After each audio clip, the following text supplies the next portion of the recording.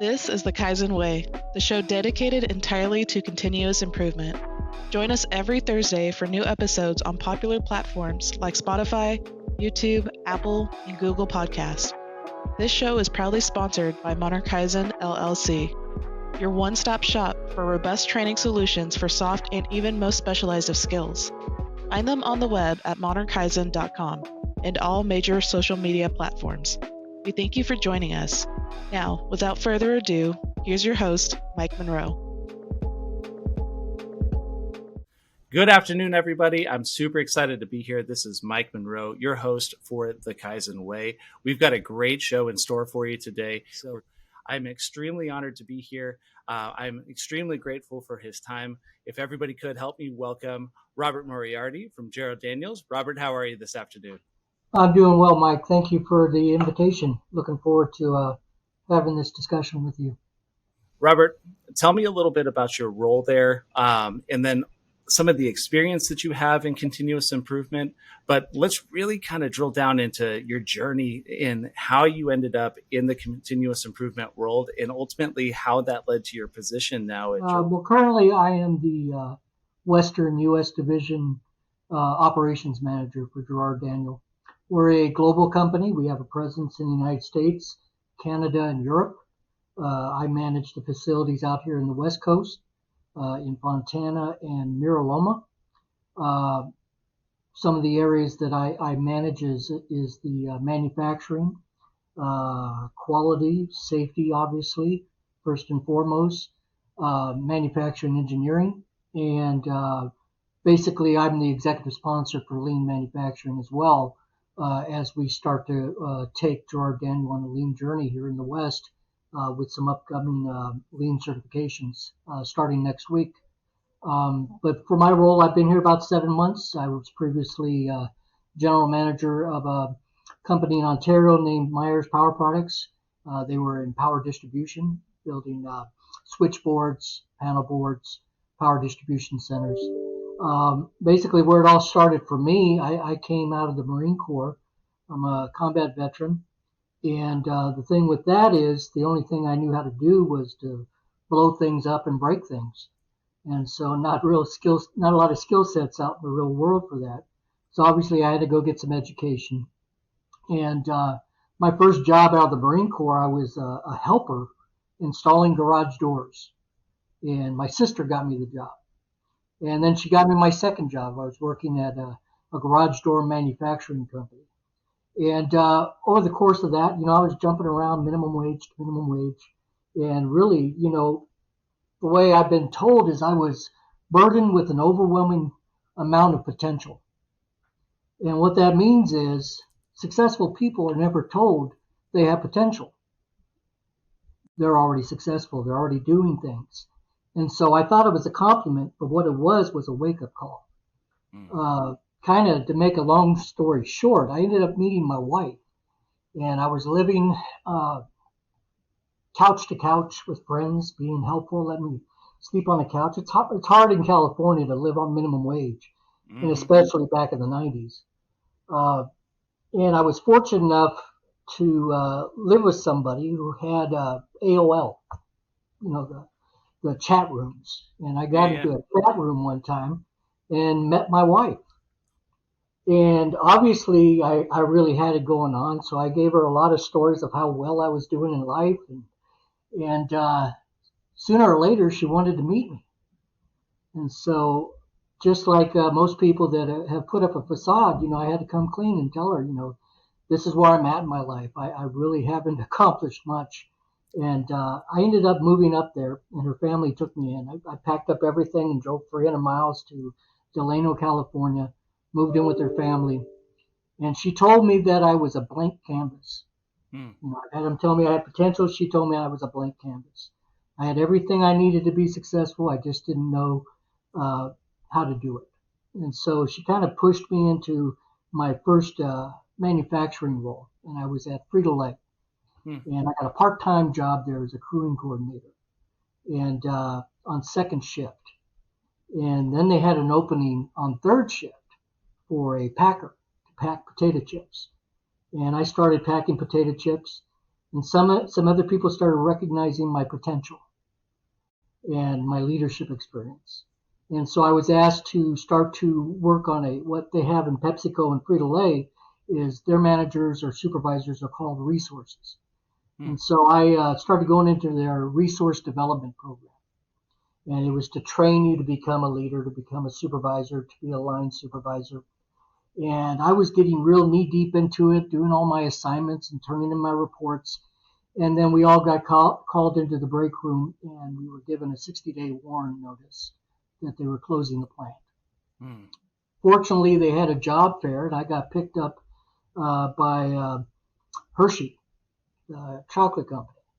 And they weren't even looking for supervisors. They were looking for mechanics. And I just happened to be in front of the booth where their representative was, and he says, do you know any supervisors? And I told him, well, I was training to be a supervisor. He goes, well, here, let me get an application from you. And I ended up going up there several times for an interview. And this was up in almost the Bay Area, the Sacramento, Modesto area. And I was in Delano. So I had to leave we weren't married yet, but I had to leave my fiance. And I made that decision for my career to take that position up there. And I would drive home on the weekends. And so I had an apartment up there, and I was working at Hershey. I got a position as a cross-training supervisor on second shift. And they ended up transferring me to third shift. And I was coming home on the weekends to see my future wife. And during the course of that time, I first really got initiated into lean.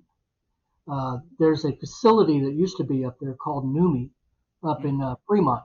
And it's a joint venture with Toyota and General Motors. And so they sent a bunch of us from Hershey out there to go through TPS training, where we had to be exposed to the Toyota production system. To backtrack a little bit, my other exposure was to Six Sigma. I was taking a course at Cal State Fullerton, and I got exposed to Six Sigma, statistical process control, total quality management.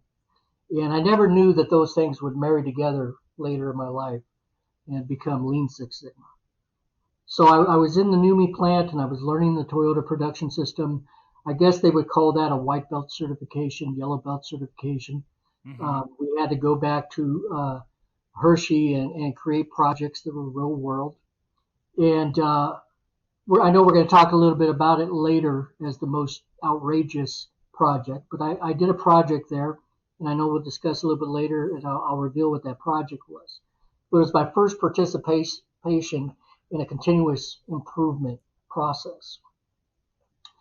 They ended up having another meeting in the break room on Valentine's Day, good date for a chocolate company, to let us know that they were going to move operations to Monterrey, Mexico. And so once more, I had to figure out what I was going to do. And fortunately, I was able to get a job back down in Southern California. Still wasn't moving back to where my fiance was, but I moved down to Southern California with Ingersoll Rand. And so I got a job for one of their companies called Steelcraft that made hollow metal security doors and frames. And eventually, I was able to convince my fiance to move down to Southern California, and we got a house down in Hesperia out in the desert. And we eventually got married in that backyard of that house. So I'm in Ingersoll Rand, and they're big on lean deployment. I mean, they have an entire department of master black belts, and you could not stay in your role unless you got certified. And so I was put through green belt training. I had to go out to Indianapolis, and which was the headquarters of our sector, and I went through 2 weeks of in-person green belt training, and then I had to go back to my plant, put a 65,000 productivity savings project together, and then go back to Indianapolis and report out for another 2 weeks and get my certification as a green belt. And I was successful in that. My project was a productivity savings for our product line, and I met the threshold for the 65,000. I think it was more like 120 in cost savings. And around that time, the economy downturn, we're talking 2008, where everything was going south. And I was the second and third shift superintendent, basically running 2 shifts. Well, they eliminated my shifts, and we downsized. And I no longer had a home there. I was trying to, look busy on first shift, but I had nobody to lead. So I did a lot of lean activity, and I was also the EH&S site lead for environmental health and safety. So I kind of took on that role. So eventually, what happened is my plant manager was let go, and he interviewed for another company. And this company was called McNichols. And he found out that I was looking for work. He had turned down a job there at McNichols to take a position with U.S. Steel. But he told the HR there, you may want to talk to Robert. And so I got a phone call out of the blue, and I was interviewing with a lot of places. I was actually offered a position with Kroger at the creamery out there in Riverside. And I was offered another position. So I had a bunch of positions on the table. Mind you, I was finally let go the Monday after my wedding. So I had a very upset bride that we figured we were going to have to live off our money collection that we got during the dancing. And so luckily she had a job at the time that got us through for the next few weeks while I was interviewing. And I interviewed, flew out to Tampa, got the position, and I became the operations manager in Cerritos. Keep in mind, that's about a 2-hour commute. And so I was, it was a good offer, so I was going to take it. And I'd figure out how to deal with the commute later. So I was driving from Hesperia down to Cerritos, California, for the next 6 years. The good thing about that is I traveled a lot, because within 6 months at McNichols, I was promoted to the Western U.S. manager, and I ran 5 of the Western plants, Cerritos, San Francisco, Seattle, Phoenix, and I opened up a facility in Denver. And so I had a startup, I had a couple of movements, I've moved a couple plants, so I was always involved in projects. The one other thing they liked, that I was a green belt, and they wanted to start to move forward in lean deployment. And so they sponsored me and paid my tuition for my black belt certification. The first thing I did is I wanted a refresher, and I did a green belt again through this certifying body just to refresh it, because I hadn't touched it in a while. And then I got certified right after green belt again for design for Six Sigma. And during the course of that, I'm going through the training for my black belt. And my black belt project was actually my lean deployment of McNichols. And so it involved training lean champions, training yellow belts, training executive sponsors on how to sponsor projects, the financial aspects of financial realization for both hard and soft savings. We did do a very large logistics Kaizen event, and after about 9 months, I received my certification as a Lean Six Sigma Black Belt. Nice. And that all started with just going to NUMMI and getting exposed to the Toyota production system. And I just had a drive for it. I loved it.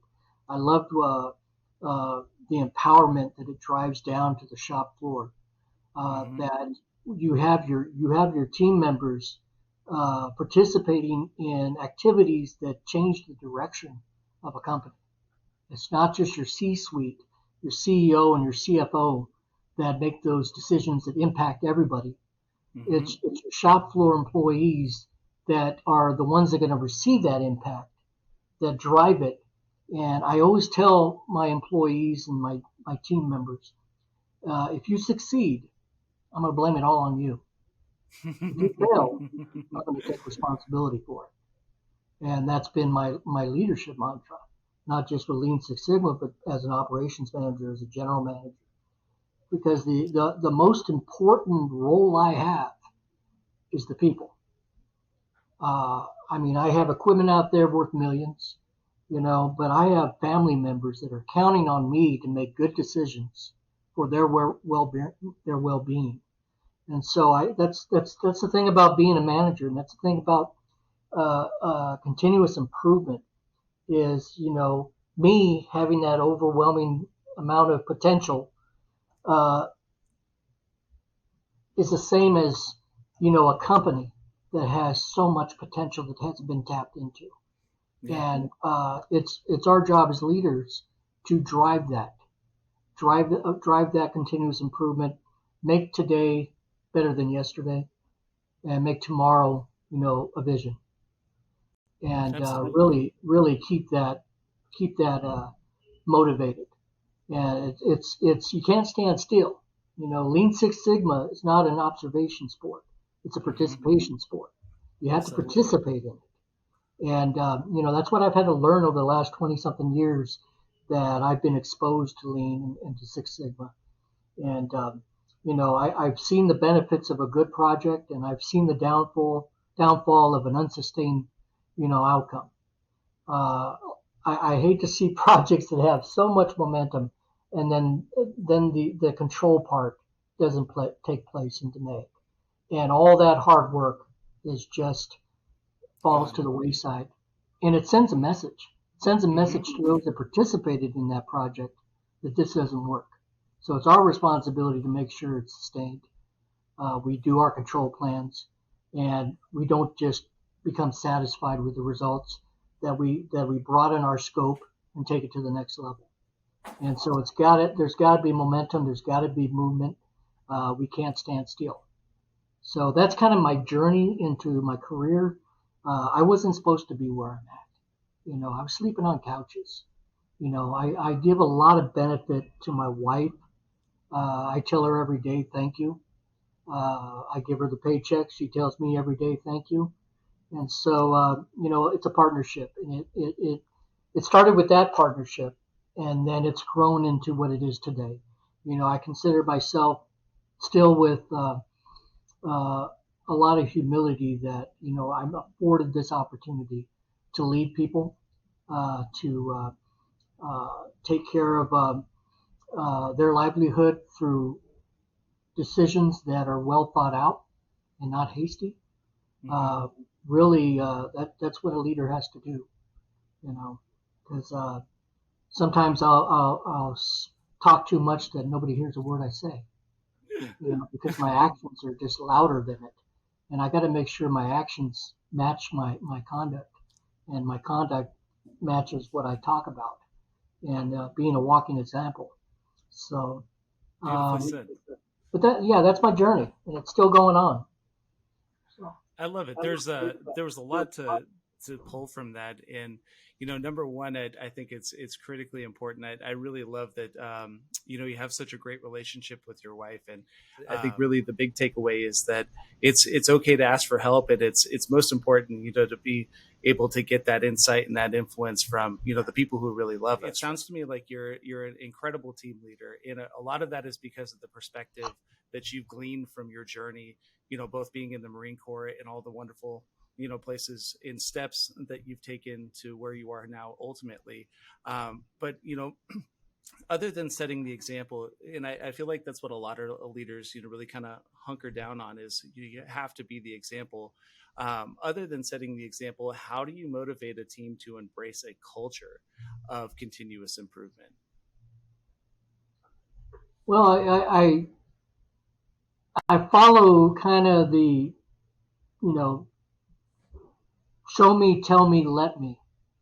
I got to show them examples of what the lean process can do. I have to give examples, show them what's in it for them. Really, they're not just going to take my word for it. I got to demonstrate what the end product is and what it will become. I have to, let them, get their feet wet. They got to jump into the water and see what it's like. I mean, we're not trying to eliminate jobs. We're not trying to, impact their future and livelihood. What we're trying to do is benefit them. And I got to show them that and demonstrate that. And most of the time, I'll walk them through previous projects I've been involved in and what the outcome was. I'll show videos of Kaizen events and where they see the before and after, as simple as 5S before and after, but also, a before and after on an income statement where the financial impact of our lean journey can take us.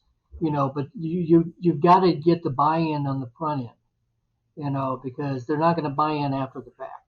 They're going to be convinced after the fact. And so we got to buy in on the front end, and really the old thing, whip them, what's in it for me? Because we're creatures of habit in that regard. I really don't want to go the extra mile if it ain't worth it for me. And we got to demonstrate that. And we got to do that on the front end. We got to be promoters of the journey, not just, telling them what can happen, but showing them what can happen. Because, but you got to get that foundation first. And Sure. Sometimes it's baby steps. I think any company that starts, trying to do a lean journey, you got to do those baby steps, which is 5S. 5S is the most baby step there is. Really, it's a principle, and it's a methodology that we use, but it's such a loud demonstration of what lean can be. Now, getting into the Six Sigma part, that's a little bit more, but the lean, taking them through the Gemba walks and understanding that every day, we see those improvements, and we're watching those numbers, and we're looking at the metrics, and from the baseline we took at the start of the project to the future state that's becoming a reality.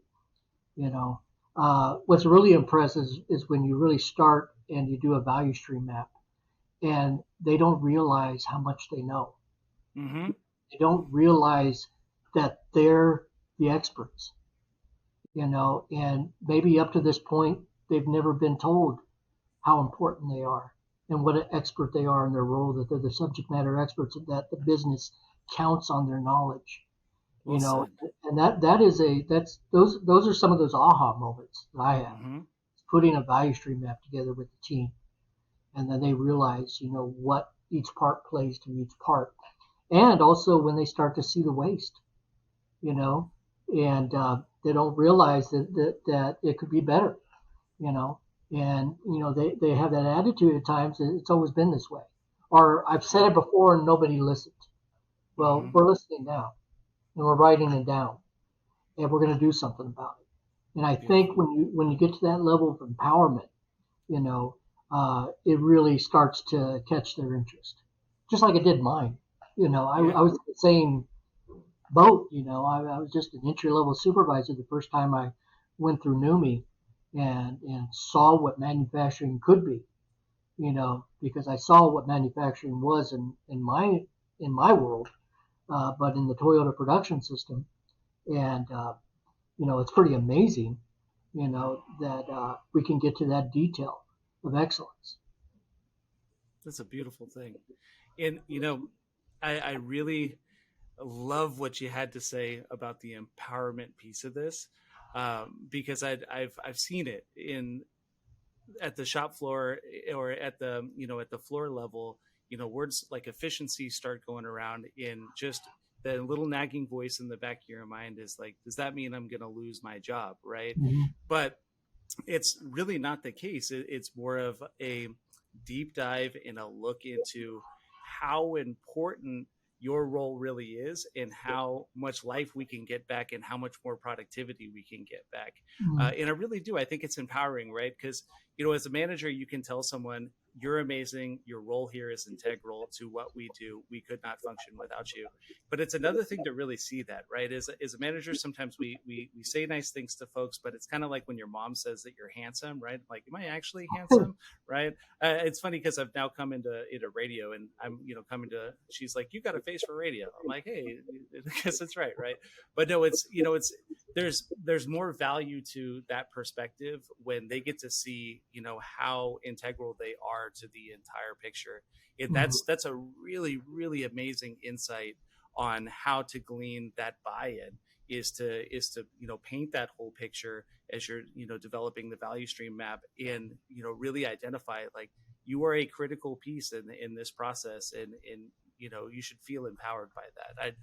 I really love that, and I'm really impressed with your concept of leadership. It's really it's inspiring, to say the least. On that note, we had kind of touched on it a little bit earlier as we were going through your journey, and I have to admit I'm really excited to hear this story. Every time we have a guest, we always ask, what's the most unique or outrageous way that you've implemented a continuous improvement initiative? And you were kind of sharing with me at the beginning of the show that there's a really good one. So, Robert, I got to ask, what is the most outrageous or unique way that you've ever implemented a continuous improvement initiative? Okay, this was at Hershey, and one of the products that we did was we create these bulk totes of Reese's peanut butter cup that we would crumble up, and basically those went to McDonald's. They went on the little Blizzard drinks. There was the toppings for ice cream and shakes. The only problem is we always had quality rejects, because sometimes the paper would still be in the totes attached to the chocolates. We did what we called a derobing process, where it would go through a tumbler, and that was supposed to get the paper off. And then it would go through about 10 employees, and they would be trying to get the paper off. But we would always get rejects from our customers because they would find paper still after everything we tried to do. So we figured out that we had to make a paperless Reese cup, and we had to manufacture it as such. We didn't want to do the derobing process. We didn't want to put all that labor into removing it just so we wouldn't get an entire tote rejected because one piece of paper was found. So we had a project together, and we just came back from NUMMI, so all of us are like, let's do a Kaizen event. Let's figure this out. And so we went through, the process, and we still couldn't figure out how are we going to do this, And I had an aha moment. I go, we already make Hershey miniatures by using these molds that resemble, the larger chocolate bars. Why can't we create a mold that resembles the ripples of a Reese's peanut butter cup? And that's where it started. And then we thought we got to get all this equipment, And I realized that I had a cooling what we call a cooling tunnel that was available, because we shut down that product line, and we can use that cooling tunnel. All we had to do is get these molds made, which we had to get made over in Germany, and then we can utilize an existing piece of equipment. The only capital that we had to get was a kind of a packaging machine, not even a packaging machine, because we didn't package it. We just had to have like a hopper machine that would drop these into totes. And so we would make it right off this cooling tunnel and drop them into these totes. And we had 100% reject-free, paperless Reese miniature cups. And my little prop here's the award from Hershey. Wow. For that event. This is my first project. And so everywhere I'm at, this goes with me. Beautiful. And this is from the CEO of Hershey back in 2006. It's called the Workout Award of Excellence. Working out, problem solving, working out a problem. Yeah, and we were able to, with all of our engineers put together, and then I'm not that I'm trying to take credit, but I had the aha moment. Like, why are we trying to reinvent the wheel? We got something already. And sometimes we discover that during Kaizen events. You don't need to reinvent the wheel. Look around. Some of the best solutions are just by observation. You hear the term "think outside the box." Sometimes just look on the other side of the box, and that's what I had to do. I looked on the other side of the wall, And I realized we already had the capability. We just needed to configure it right to what we needed to do. So that was my first project, and I walked away with the gold on that one. So I was pretty proud of it. Literally. And, yeah. So when you see when you go to McDonald's or Dairy Queen or anything, and you have a Reese's peanut butter cup topping, you'll know where that came from. Awesome. Well, that's definitely a great in an amazingly unique story. And I think, for a lot of the listeners too, that's one of those things that, it feels very household, right? Because Reese's peanut butter cups are my personal favorite candy. So that's definitely hitting home for me there. So I always like to give this part of the show as an opportunity for our guests to do some sort of promotion, whether it's a webinar, maybe a hiring event, maybe there's a coaching session, all these different things. So Robert, what would you like to get out to our listeners? What are you hoping to promote today? I want to promote something that's close to me. It's really promoting the idea of hiring veterans. I being a veteran, my son is a veteran. He's a disabled veteran. He just got out of the Marine Corps and he's going back to school. But I know that we have veterans coming out of the service that are struggling. Either they don't have the skill sets that they need. They don't want to go back into college. They want to go into vocational training, or they're just looking for a job that'll support them and their families. So I want to promote, the businesses out there to be actively, recruiting veterans because they bring a tremendous skill set, from their life's experience. You can reach out to CalVets, the VA, the Veterans of Foreign Wars, American Legion, the Marine Corps League. What they bring to the table, and from their level of maturity, from their level of leadership, because we start leadership very early in the military, and so they come out of the military already with a very demonstrated skill set in leadership. And so if you're looking for somebody that's going to be a responsible member of your team, there's nothing better than bringing aboard a veteran. So I would ask business leaders out there and managers out there to really, beeline to those opportunities to bring on board a veteran. Beautifully said. There's so many great organizations out there to help you bridge the gap. I mean, even in the manufacturing space, you have SkillsBridge through the DoD as you're making the transition. The U.S. Chamber of Commerce has Hiring Our Heroes. They specifically have a really fantastic military spouse program that has won all kinds of awards. And they've had some really great success with actually the city of San Antonio in Texas. I do encourage our listeners to check that out. And then your state programs too, like Work for Warriors. I mean, there's a lot of great resources out there. And on that note, Robert, I cannot thank you enough for coming on the show with me today. You had some really great stories. I was really excited to be able to glean from your experience and learn myself. And I just cannot stress enough how eternally grateful I am for your time and really your inspiring insight. It's great things that we can take and apply on a daily basis. Well, I appreciate that. I'm the sum total of every manager that I've ever had. The good and the bad. So nothing that comes out of my mouth is very original. It's things that I just picked up and learned as a life lesson through my career. And I'm very thankful for where my career has brought me. It's been very supportive to me and my wife and my kids. And I want to continue to try to make a difference in as long as I have the opportunity to lead people.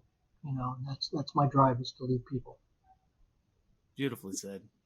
Well, from this man's perspective, it sounds like you're doing a really great job. And I cherish all that you've done, and I look forward to seeing you grow through the years. I know you're really well connected with Modern Kaizen, so I'm really excited about, where our relationship takes us to be able to, watch that continuous improvement, because that's something that I was very fortunate to work with Kashan. I told you I had some props, and I still do have my Fender guitar, which was one of my great takeaways from working with Kashan at Fender, where he was our CI manager and I was manufacturing manager. So he's one of my heroes. He's somebody I look up to, and he's a mentor that I turn to. That's amazing. Same here. I'm just so grateful to be around such amazing people on a daily basis. Again, I can't thank you enough. I had a really great time having you on the show here. I'm really looking forward to premiering it next week. And on that note, I want to thank everyone for joining us this week. Actually, Robert, what's the best way to connect with you? Are you active on LinkedIn? If any of our listeners, I'm on LinkedIn. Yeah, that's the best. I kind of got away from the other social media, but I'm very active on LinkedIn. You can drop me messages there. If you are a veteran and you're looking for employment, I have a lot of connections. So just drop me a note to those veterans out there. I'll make sure we find something for you. Beautiful, beautiful, beautiful. Well, on that note, I'd like to thank everybody once more. Thank you, Robert Moriarty. And I'm super excited to see you all next week. See you next time. All right. Thank you. Thanks, Robert. All right.